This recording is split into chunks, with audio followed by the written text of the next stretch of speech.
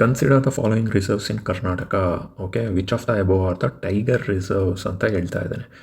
ಬಂಡೀಪುರ, ಹಂಚಿ, ಭದ್ರಾ, ಬನ್ನೇರುಘಟ್ಟ, ಕಾಳಿ, ನಾಗರಹೊಳೆ. ಆಯಿತಾ? ಸೊ ಈಗ ಇಲ್ಲಿ ನೀವು ಏನು ಅರ್ಥ ಮಾಡ್ಕೋಬೇಕು, ಕರ್ನಾಟಕದಲ್ಲಿ ಟೈಗರ್ ರಿಸರ್ವ್ಗಳು ಯಾವ್ಯಾವಿದ್ದಾವೆ. ಕರ್ನಾಟಕ ಟೈಗರ್ ರಿಸರ್ವ್ ಯಾವ್ಯಾವಿದ್ದಾವೆ ಅಂತ ತಿಳ್ಕೊಳ್ಳೋದಕ್ಕಿಂತ ಮುಂಚೆ ನೀವು ಟೈಗರ್ ರಿಸರ್ವ್ಸ್ ಏನೋ, ಏನಕ್ಕೆ ಬಂತು ಟೈಗರ್ ರಿಸರ್ವ್ಸು ಅದನ್ನು ತಿಳ್ಕೊಬೇಕಾಗತ್ತೆ. ಓಕೆ, ಸೊ ಏನು ಮಾಡ್ತೀರಾ, ಒಂದು ಪೇಪರ್ ತೊಗೊಳ್ಳಿ, ಪೆನ್ ತೊಗೊಳ್ಳಿ, ನಾನು ಹೇಳೋದನ್ನು ಬರ್ಕೊಳ್ತಾ ಹೋಗಿ. Okay, so best. ಅದಕ್ಕೆ ನಾನು ಏನು ಹೇಳೋದು ಅಂತಂದರೆ, ನೀವು ಇಲ್ಲಿ ಕೊಟ್ಟಿರೋಂಥ ಇಮೇಜಸ್ನ ನೀವು ಮೊಬೈಲಲ್ಲಿ ಸ್ಕ್ರೋಲ್ ಮಾಡ್ಕೊಂಡು ಯಾವಾಗ ಬೇಕಾದರೂ ನೋಡ್ಕೋಬೋದು. ಬಟ್ ನೀವು ಬರೆದು ಪ್ರಾಕ್ಟೀಸ್ ಮಾಡಿದಾಗ ತುಂಬ ನೆನಪಲ್ಲಿರುತ್ತೆ. Okay fine. ಈಗ ಇಲ್ಲಿ ನೋಡಿ ಏನಾಗುತ್ತೆ ಅಂತ ಅಂದರೆ, ಒಂದು ಸೆಕೆಂಡ್. ಓಕೆ, IUCN ಅಂತ ನೀವು ಯಾವಾಗಲೂ ಕೇಳ್ತಾ ಇರ್ತೀರ, ಎನ್ವಿರಾನ್ಮೆಂಟ್ ಓದ್ತಾ ಇದ್ದರೆ. ಓಕೆ, ಇದು ಒಂದು international union for conservation of nature ಅಂತ ಇದರ ಅರ್ಥ. ಓಕೆ, ಸೊ ಇದು ಒಂದು ಇಂಟರ್ ಗೌರ್ನಮೆಂಟಲ್ ಬಾಡಿ ಅಂತ ಹೇಳ್ಬೋದು. ಹಿಂಗೆ ಅಂದರೆ ಗೌರ್ನಮೆಂಟು ಇರುತ್ತೆ, ಜೊತೆಗೆ ಸಿವಿಕ್ ಸೊಸೈಟಿ, ಸಣ್ಣ ಪುಟ್ಟ ಸೊಸೈಟಿಗಳೇನಿರುತ್ತೆ, ಅಂದರೆ ಎನ್ವಿರಾನ್ಮೆಂಟ್ ಕನ್ಸರ್ವೇಷನ್ ಮಾಡ್ತೀವಪ್ಪ ನಾವು ಅಂತ ಹೇಳ್ಕೊಂಡು ತಿರುಗ್ತಾ ಇರ್ತಾರೆ ಇವರು ಸೊಸೈಟೀಸ್. ಓಕೆ, ಸೊ ಇವರಿಬ್ಬರ ಒಂದು ಕಾಂಟ್ರಿಬ್ಯೂಷನಿಂದ ಈ ಒಂದು IUCN ಅನ್ನೋ ಬಾಡಿ ಒರಿಜಿನ್ ಆಗಿದೆ. ಸೊ ಇದು ಇರೋವಂಥ ಜಾಗ ಬಂದು ಗ್ಲ್ಯಾಂಡ್ ಅಂತ, ಸ್ವಿಟ್ಜರ್ಲ್ಯಾಂಡ್ನಲ್ಲಿ. Okay fine. ಸೊ ನಂತರ ಏನಾಗುತ್ತೆ, ಈ ಒಂದು ಬಾಡಿ ಅರೌಂಡ್ 1969 ಓಕೆ ಡೆಲ್ಲಿನಲ್ಲಿ ಒಂದು ಮೀಟಿಂಗ್ ಮಾಡುತ್ತೆ. ಆ ಮೀಟಿಂಗ್ನಲ್ಲಿ ಏನಂತ ಹೇಳುತ್ತೆ, ಭಾರತದಲ್ಲಿ ಟೈಗರ್ ಪಾಪ್ಯುಲೇಷನ್ ಏನಿದೆ ಅದು ಡಿಕ್ಲೈನ್ ಆಗ್ತಾ ಇದೆ ಅಂತ ಅಡ್ರೆಸ್ ಮಾಡುತ್ತೆ. ಓಕೆ, ಇದನ್ನು ಗಮನಿಸಿದಂಥ ಆಗಿನ ಪ್ರೈಮ್ ಮಿನಿಸ್ಟರು ಯಾರು, ಇಂದಿರಾ ಗಾಂಧಿಯವರು. ಇಂದಿರಾ ಗಾಂಧಿಯವರು ಏನು ಮಾಡ್ತಾರೆ, ಓಕೆ ಟೈಗರ್ದೊಂದು ಟಾಸ್ಕ್ ಫೋರ್ಸ್ನ ರೆಡಿ ಮಾಡೋಣ ಅಂತ ಹೇಳ್ತಾರೆ, ಟೈಗರ್ ಟಾಸ್ಕ್ ಫೋರ್ಸು. ಸೊ ಇದೇನು ಮಾಡುತ್ತೆ, ಅಲ್ಲಿವರೆಗೂ ಟೈಗರ್ ಹಂಟಿಂಗು ಚಾಲ್ತಿಯಲ್ಲಿರುತ್ತೆ, ರಾಜಮನೆತನದವರು ಹಂಟಿಂಗ್ ಮಾಡ್ತಾ ಇರ್ತಾರೆ. ಸೊ ಇಲ್ಲಿ ಅವ್ರೇನು ಮಾಡಬೇಕು, ಬ್ಯಾನ್ ಮಾಡ್ತಾರೆ. ಓಕೆ, ಟೈಗರ್ ಹಂಟಿಂಗ್ನ ಬ್ಯಾನ್ ಮಾಡ್ತಾರೆ. ಸೊ ನಂತರ ಏನಾಗುತ್ತೆ, ಸರಿ ಬ್ಯಾನ್ ಏನೋ ಮಾಡಿದ್ವಿ, ಆದರೆ ಒಟ್ಟು ಇನ್ನೂ ಎಷ್ಟು ಟೈಗರ್ಗಳಿದ್ದಾವೆ ಅಂತ ಕೌಂಟ್ ಮಾಡಬೇಕು. ಆಗ ಫಸ್ಟ್ ಸೆನ್ಸಸ್ನ ಮಾಡ್ತಾರೆ, ಟೈಗರ್ ಸೆನ್ಸಸ್. ಇದು 1972 ಇದನ್ನು ಕೇಳ್ಬೋದು, ಯಾವಾಗ ಫಸ್ಟ್ ಟೈಗರ್ ಸೆನ್ಸಸ್ ನಡೀತು ಅಂತ ಕೇಳ್ತಾರೆ. ಓಕೆ, ಫಸ್ಟ್ ಟೈಗರ್ ಸೆನ್ಸಸ್ಸು 1972 ನಡೆಯುವಂಥದ್ದು. ಸೊ ಯಾವ ಮೆಥಡ್ ಅಂತಂದರೆ ಪುಗ್ ಮಾರ್ಕ್ ಟ್ರ್ಯಾಕಿಂಗ್ ಮೆಥಡ್ ಅಂತಾರೆ.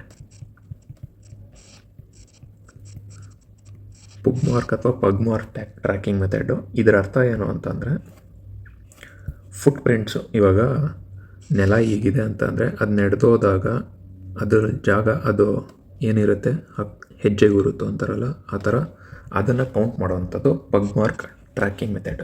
ಇದನ್ನು ಯೂಸ್ ಮಾಡಿಕೊಂಡು ಫಸ್ಟ್ ಸೆನ್ಸಸ್ನ ಇದು ಮಾಡ್ತಾರೆ. ಓಕೆ, ಬಟ್ ಇದರಲ್ಲಿ ಏನು ಗೊತ್ತಾಗುತ್ತೆ ಅವ್ರಿಗೆ, ಆಲ್ಮೋಸ್ಟು 1800ಕ್ಕಿಂತ ಕಡಿಮೆ ಟೈಗರ್ಗಳಿದ್ದಾವೆ ಇಂಡಿಯಾದಲ್ಲಿ ಅನ್ನೋದು ಬೆಳಕಿಗೆ ಬರುತ್ತೆ. ಓಕೆ, ಸೊ ಇಷ್ಟೊತ್ತಿಗೆ 1972 ಒಂದು ಗ್ಲೋಬಲ್ ಲೆವೆಲಲ್ಲಿ ಸ್ಟಾಕ್ಹೋಮ್ ಕಾನ್ಫರೆನ್ಸ್ ಅಂತ ನಡೆಯುತ್ತೆ. ಇದನ್ನು ಆರ್ಗನೈಸ್ ಮಾಡೋವಂಥದ್ದು UN body, United Nations. Okay, ನಿಮ್ಗೆ ಗೊತ್ತಿರುತ್ತೆ. ಗೊತ್ತಿಲ್ಲ ಅಂತಂದರೆ ನೆಕ್ಸ್ಟು ಯಾವುದು ಪೊಲಿಟಿ ಅಥವಾ ಬೇರೆ ಇನ್ನೊಂದು ಚಾಪ್ಟರ್ ಏನು ಟಾಪಿಕ್ಸ್ನ ಡಿಸ್ಕಸ್ ಮಾಡ್ಬೇಕಾದ್ರೆ ನಾವು ನೋಡೋಣ. ಓಕೆ, ಸೊ ಈಗ UN ಬಾಡಿ ಸ್ಟಾಕ್ಹೋಮ್ ಕಾನ್ಫರೆನ್ಸ್ ಅಂತ ಒಂದು ಮಾಡ್ತು. ಇಲ್ಲಿ ಕಂಪ್ಲೀಟ್ ಎನ್ವಿರಾನ್ಮೆಂಟ್ ರಿಲೇಟೆಡ್ ಡಿಸ್ಕಷನ್ ನಡೀತಾ ಇರುತ್ತೆ. ಇದರಿಂದ ಪ್ರೇರಿತಗೊಂಡಂತಹ ನಮ್ಮ ಪ್ರೈಮ್ ಮಿನಿಸ್ಟರ್ ಇಂದಿರಾ ಗಾಂಧಿಯವರು ಬರ್ತಾರೆ. ಬಂದು ಅವ್ರು ಏನು ಮಾಡ್ತಾರೆ, ಹೌದು ವೈಲ್ಡ್ ಲೈಫ್ ಏನಿದೆ ನಾವು ಕನ್ಸರ್ವೇಷನ್ ಮಾಡಬೇಕು. ಕನ್ಸರ್ವ್ ಮಾಡೋದಕ್ಕೆ ನಮ್ಮಲ್ಲಿ ಯಾವುದೇ ರೀತಿಯಾದಂತಹ ಲೀಗಲ್ ಬ್ಯಾಕಿಂಗ್ ಇಲ್ಲ, ಅಂದರೆ ಒಂದು ಲಾ ಇಲ್ಲ. ಸೊ ಅದಕ್ಕೆ ನಾವು ಫಸ್ಟ್ ಏನು ಮಾಡಬೇಕು, ಒಂದು ಲೀಗಲ್ ಬ್ಯಾಕಿಂಗ್ ತರಬೇಕು, ಅಂದರೆ ಲಾ ಮಾಡಬೇಕು. ಅದಕ್ಕೆ ಏನು ಮಾಡ್ತಾರೆ, ವೈಲ್ಡ್ ಲೈಫ್ ಪ್ರೊಟೆಕ್ಷನ್ ಆ್ಯಕ್ಟ್ ಅಂತ ತರ್ತಾರೆ 1972. ಓಕೆನಾ, ಫೈನ್. ಇದಾದ ನಂತರ ಕಂಪ್ಲೀಟ್ ಟೈಗರ್ಗಳನ್ನ ನಾವು ಕಾಪಾಡಬೇಕು ಅಲ್ವಾ. ಸೊ ಟೈಗರ್ಗಳನ್ನ ಕಾಪಾಡೋದಕ್ಕೆ ಅಂತ 1973ನಲ್ಲಿ ಬೇಕಾದ್ರೆ ಡೇಟು ಹಾಕಿ April 1, 1973 ಓಕೆ ಪ್ರಾಜೆಕ್ಟ್ ಟೈಗರ್ ಅಂತ ಲಾಂಚ್ ಮಾಡ್ತಾರೆ. ಪ್ರಾಜೆಕ್ಟ್ ಟೈಗರ್ ಓಕೆ ಎಲ್ಲಿ ಲಾಂಚ್ ಮಾಡೋದು? Jim Corbett national park. ಎಲ್ಲಿದೆ ಇದು? ಉತ್ತರಾಖಂಡ್. ಓಕೆ ನಂತರ ಇದು ಸೆಂಟ್ರಲಿ ಸ್ಪಾನ್ಸರ್ಡ್ ಅಥವಾ ಸೆಂಟರ್ ಸೆಕ್ಟರ್ ಸ್ಕೀಮ್ ಅಂತ. ಇವಾಗ ಸ್ಕೀಮ್ಗಳಲ್ಲಿ 2 ಥರ ಬರುತ್ತೆ. ಒಂದು ಸೆಂಟ್ರಲಿ ಸ್ಪಾನ್ಸರ್ಡ್, ಇನ್ನೊಂದು ಸೆಂಟ್ರಲ್ ಸೆಕ್ಟರ್. ಅರ್ಥ ಏನಪ್ಪ ಅಂತಂದರೆ, ಸೆಂಟ್ರಲ್ ಸೆಕ್ಟರ್ ಅಂತಂದರೆ ಕಂಪ್ಲೀಟ್ 100% ಫಂಡು ಗೌರ್ಮೆಂಟ್ ಕಡೆಯಿಂದ ಬರುತ್ತೆ. ಸೆಂಟ್ರಲಿ ಸ್ಪಾನ್ಸರ್ಡ್ ಅಂತ ಅಂದಾಗ ಸೆಂಟರು ಒಂದಷ್ಟು ಪರ್ಸೆಂಟ್ ಹಾಕ್ತಾರೆ, ಸ್ಟೇಟ್ ಒಂದಷ್ಟು ಪರ್ಸೆಂಟ್ ಹಾಕ್ತಾರೆ. ಲೈಕ್ 60-40, 90-10 ಈ ಥರ ಪರ್ಸೆಂಟೇಜ್ ಬೇಸಿಸಲ್ಲಿ. ಸೊ ಇದು ಯಾವುದು ಅಂತ ಅಂದರೆ ಸೆಂಟ್ರಲಿ ಸ್ಪಾನ್ಸರ್ಡ್. ಸೊ ಆವಾಗ ಸೆಂಟರಿಗೂ ಸ್ಟೇಟಿಗೂ ಇಬ್ಬರೂ ಕಾಪಾಡುವಂಥ ಬಾಧ್ಯತೆ ಇದೆ, ಫಂಡ್ ಮಾಡುವಂಥ ಬಾಧ್ಯತೆ ಇದೆ. ಓಕೆ ಸೊ ಇದನ್ನು ನೋಡ್ಕೊಳ್ಳೋದಕ್ಕೆ ಅಂತ ಆಗ ಫಸ್ಟ್ ಡೈರೆಕ್ಟರ್ ಒಬ್ಬರನ್ನ ನೇಮಕ ಮಾಡ್ತಾರೆ. ಅವ್ರ ಹೆಸರು ಕೈಲಾಶ್ ಸಂಕಾಲ ಅಂತ. ಆಯಿತಾ, ಕೈಲಾಶ್ ಸಂಕಾಲ. ಇವ್ರನ್ನ ನಾವೇನಂತ ಹೇಳ್ತೀವಿ? ಟೈಗರ್ ಮ್ಯಾನ್ ಆಫ್ ಇಂಡಿಯಾ ಅಂತಲೂ ಹೇಳ್ತಾರೆ, ಫಸ್ಟ್ ಡೈರೆಕ್ಟ್ರು. Okay fine. ಇದಾದ ನಂತರ ಏನಾಗುತ್ತೆ? ಸೊ ನಾವು ಜಿಮ್ ಕಾರ್ಬೆಟ್ಟಿಂದ ಸ್ಟಾರ್ಟ್ ಮಾಡಿದ್ವಿ. ಅದಾದ ನಂತರ ಎಲ್ಲ ಮುಂದೆ ಹೊರಿತಾ ಬಂತು. ಸೊ ಈಗ ಅರೌಂಡು ಇಂಡಿಯಾದಲ್ಲಿ ಎಷ್ಟು ಟೈಗರ್ ರಿಸರ್ವ್ಸ್ ಇದೆ ಅಂತಂದರೆ 58 ಟೈಗರ್ ರಿಸರ್ವ್ಸ್ ಇರೋವಂಥದ್ದು. Okay fine. ಸೊ ಎಷ್ಟು ಸ್ಟೇಟ್ಗಳಲ್ಲಿದೆ? 18 ಸ್ಟೇಟ್ಗಳಲ್ಲಿದೆ. ಆಯಿತಾ, ಅದನ್ನು ಕೇಳ್ತಾರೆ. ಎಷ್ಟು ಟೈಗರ್ ರಿಸರ್ವ್ಸ್ ಇದೆ spread across how many states ಅಂತಂದರೆ 18 ಸ್ಟೇಟ್ಸ್. ನಂತರ ಎಷ್ಟು ಜಿಯೋಗ್ರಫಿಕಲ್ ಏರಿಯಾ ಅಂದರೆ ಇವಾಗ ಇಂಡಿಯಾ ಇದೆ ಅಂತ ಅಂದರೆ, ಸೊ ಜಸ್ಟ್ ನಾವು ಟೈಗರ್ ರಿಸರ್ವ್ಸು ಏರಿಯಾಗಳನ್ನ ಕೌಂಟ್ ಮಾಡಿದ್ರೆ ಎಷ್ಟು ಏರಿಯಾ ಕಾನ್ಸ್ಟಿಟ್ಯೂಟ್ ಆಗುತ್ತೆ ಅಂದರೆ ಅದು ಒಂದು 2.3% of India's area. Okay fine. ಇನ್ನು ನಂತರ 58 ಟೈಗರ್ ರಿಸರ್ವ್ ನೆನ್ಪಿಟ್ಕೊಂಡ್ರೆ ತುಂಬ ಒಳ್ಳೆಯದು, ಯಾವ್ಯಾವ ಸ್ಟೇಟ್ಸಲ್ಲಿ ಯಾವ್ಯಾವ ಟೈಗರ್ ರಿಸರ್ವ್ಸ್ ಇದ್ದಾವೆ ಅಂತ. ಬಟ್ ಇಂಪಾರ್ಟೆಂಟು ಲಾಸ್ಟಲ್ಲಿ ಆ್ಯಡ್ ಆಗಿರೋವಂಥದ್ದು. ನಾನಿಲ್ಲಿ 58, 57, 56 ಇದನ್ನು ನಿಮಗೆ ಹೇಳ್ತೀನಿ.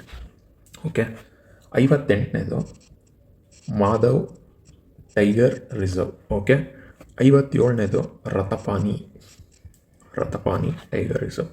ಓಕೆ ಇನ್ನೊಂದು 56ನೇದು ಗುರು ಘಾಸಿದಾಸ್ ತಮೋರ್ ಪಿಂಗ್ಲಾ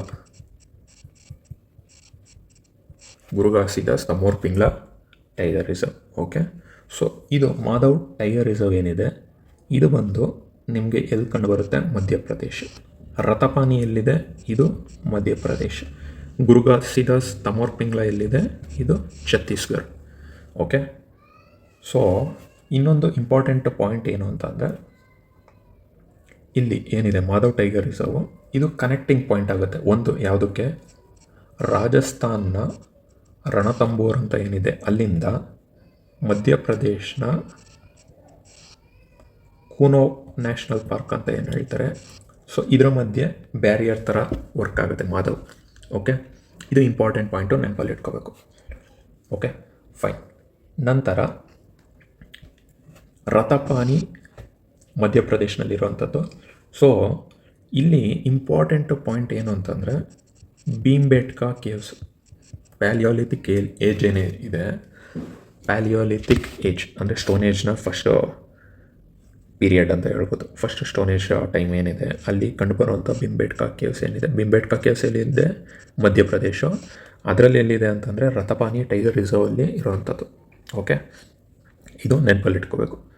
ನಂತರ ಗುರು ಘಾಸಿದಾಸ್ ತಮೋರ್ ಪಿಂಗ್ಲಾ. ಸೊ ಇದೆಲ್ಲಿರುವಂಥದ್ದು ಅಂತಂದರೆ ಛತ್ತೀಸ್ಗಢ ಅಂತ ಹೇಳಿದೆ. Okay fine. ನಂತರ ಇನ್ನೊಂದಷ್ಟು ಇಂಪಾರ್ಟೆಂಟ್ ಪಾಯಿಂಟ್ನ ನೆನಪಲ್ಲಿ ಇಟ್ಕೊಳ್ಳಿ. ಏನಂತ ಅಂದರೆ ಲಾರ್ಜೆಸ್ಟ್ ಯಾವುದು ಅಂತ ಕೇಳಿದ್ರೆ, ಓಕೆ ಲಾರ್ಜೆಸ್ಟ್ ಟೈಗರ್ ರಿಸರ್ವ್ ಯಾವುದು ಅಂತ ಕೇಳಿದ್ರೆ ನಾಗಾರ್ಜುನ ಶ್ರೀಶೈಲಂ. ಓಕೆ ನಾಗಾರ್ಜುನ ಶ್ರೀಶೈಲಮು ಇದು ಎಲ್ಲಿದೆ ಅಂತ ಕೇಳ್ತಾರೆ. Okay Andhra Telangana. Okay Andhra Telangana border. Okay ಇನ್ನು ಯಾವ ಹಿಲ್ಸ್ ಅಂತಂದರೆ ನಲ್ಲಮಲ್ಲ ಹಿಲ್ಸ್ ಹಿಲ್ಸ್ ಎಲ್ಲ ನಾವು ಇದರಲ್ಲಿ ನೋಡೋಣ, ಇಂಡಿಯನ್ ಹಿಸ್ಟ್ರಿಯಲ್ಲಿ, ಇಂಡಿಯನ್ ಜಿಯೋಗ್ರಫಿಯಲ್ಲಿ. ಓಕೆ, ಇನ್ನು ಸ್ಮಾಲ್ ಅಂತ ಕೇಳಿದ್ರೆ ಲಾರ್ಜೆಸ್ಟ್ ಏನೋ ನಾಗಾರ್ಜುನ ಶ್ರೀಶೈಲಮು, ಸ್ಮಾಲೆಸ್ಟ್ ಯಾವುದು ಅಂತ ಕೇಳ್ತಾರೆ. ಸ್ಮಾಲೆಸ್ಟ್ ಒಂದು ಬೋರ್ ಟೈಗರ್ ರಿಸರ್ವ್, ಅದೆಲ್ಲಿದೆ, ಮಹಾರಾಷ್ಟ್ರದಲ್ಲಿರುವಂಥದ್ದು. ಓಕೆ, ನಂತರ ಹೈಯೆಸ್ಟ್ ಟೈಗರ್ ಡೆನ್ಸಿಟಿ ಅಂದರೆ ಕಡಿಮೆ ಜಾಗದಲ್ಲೇ ಅತಿ ಹೆಚ್ಚು ಟೈಗರ್ಗಳನ್ನ ಎಲ್ಲಿ ಕಾಣ್ತೀವಿ ಅಂತಂದರೆ ಅದು ಜಿಮ್ ಕಾರ್ಬೆಟ್. ಎಲ್ಲಿ ಸ್ಟಾರ್ಟ್ ಆಗಿದ್ದು, ಜಿಮ್ ಕಾರ್ಬೆಟಲ್ಲಿ. ಸೊ ಅಲ್ಲೇ ನಾವು ಜಾಸ್ತಿ ಕಾಣುವಂಥದ್ದು UK. Okay, fine. ನಂತರ ಅತಿ ಹೆಚ್ಚು ಹೈಯೆಸ್ಟ್ ಟೈಗರ್ ರಿಸರ್ವ್ಸ್ ಒಂದು ಸ್ಟೇಟಲ್ಲಿ ಎಲ್ಲಿದೆ ಅಂತಂದರೆ ಅದು ಮಧ್ಯಪ್ರದೇಶ್. ಓಕೆನಾ? ಸೊ ಇಷ್ಟು ಇಂಪಾರ್ಟೆಂಟ್ ಆಗುತ್ತೆ, ಆಯಿತಾ? ಇದನ್ನು ನೆನಪಲ್ಲಿ ಇಟ್ಕೋಬೇಕು. ಓಕೆ, ಬೇಕಾದ್ರೆ ನೀವು ಇನ್ನೊಂದು ಸಲ ನೋಡ್ಬೋದು, ಏನೋ ಎಕ್ಸ್ಪ್ಲೇನ್ ಮಾಡ್ತೀನಿ ನೋಡಿ. IOC ಅನ್ನು ಗೌರ್ಮೆಂಟ್ಗಳು ಮತ್ತು ಸಿವಿಕ್ ಸೊಸೈಟಿಗಳು ಸೇರಿ ಮಾಡಿರೋವಂಥ ಒಂದು ಆರ್ಗನೈಸೇಷನ್ನು ರಿಲೇಟೆಡ್ ಟು ವಾಟ್ ಅಂತಂದರೆ ಎನ್ವಿರಾನ್ಮೆಂಟ್ ಕನ್ಸರ್ವೇಷನ್. ಓಕೆ, ಎಲ್ಲಿ ಇರೋವಂಥದ್ದು ಅಂತಂದರೆ ಹೆಡ್ ಕ್ವಾರ್ಟರು ಗ್ಲ್ಯಾಂಡು, ಸ್ವಿಟ್ಜರ್ಲ್ಯಾಂಡ್. ಇವರು ಡೆಲ್ಲಿನಲ್ಲಿ 1969 ಒಂದು ಮೀಟಿಂಗ್ ನಡೆಸ್ತಾರೆ, ಜನರಲ್ ಅಸೆಂಬ್ಲಿ ಅಂತ ಹೇಳ್ಬೋದು. ಅಲ್ಲಿ ಟೈಗರ್ ಪಾಪ್ಯುಲೇಷನ್ನು ಕಡಿಮೆ ಆಗ್ತಾ ಇದೆ ಅನ್ನೋದನ್ನು ವಿಚಾರಣೆ ಮಾಡ್ತಾರೆ ಅಥವಾ ಚರ್ಚಿಸ್ತಾರೆ. ಇದನ್ನು ಗಮನಿಸಿದಂಥ prime minister Indira Gandhi 1970 tiger task ಫೋರ್ಸ್ನ ರೆಡಿ ಮಾಡ್ತಾರೆ.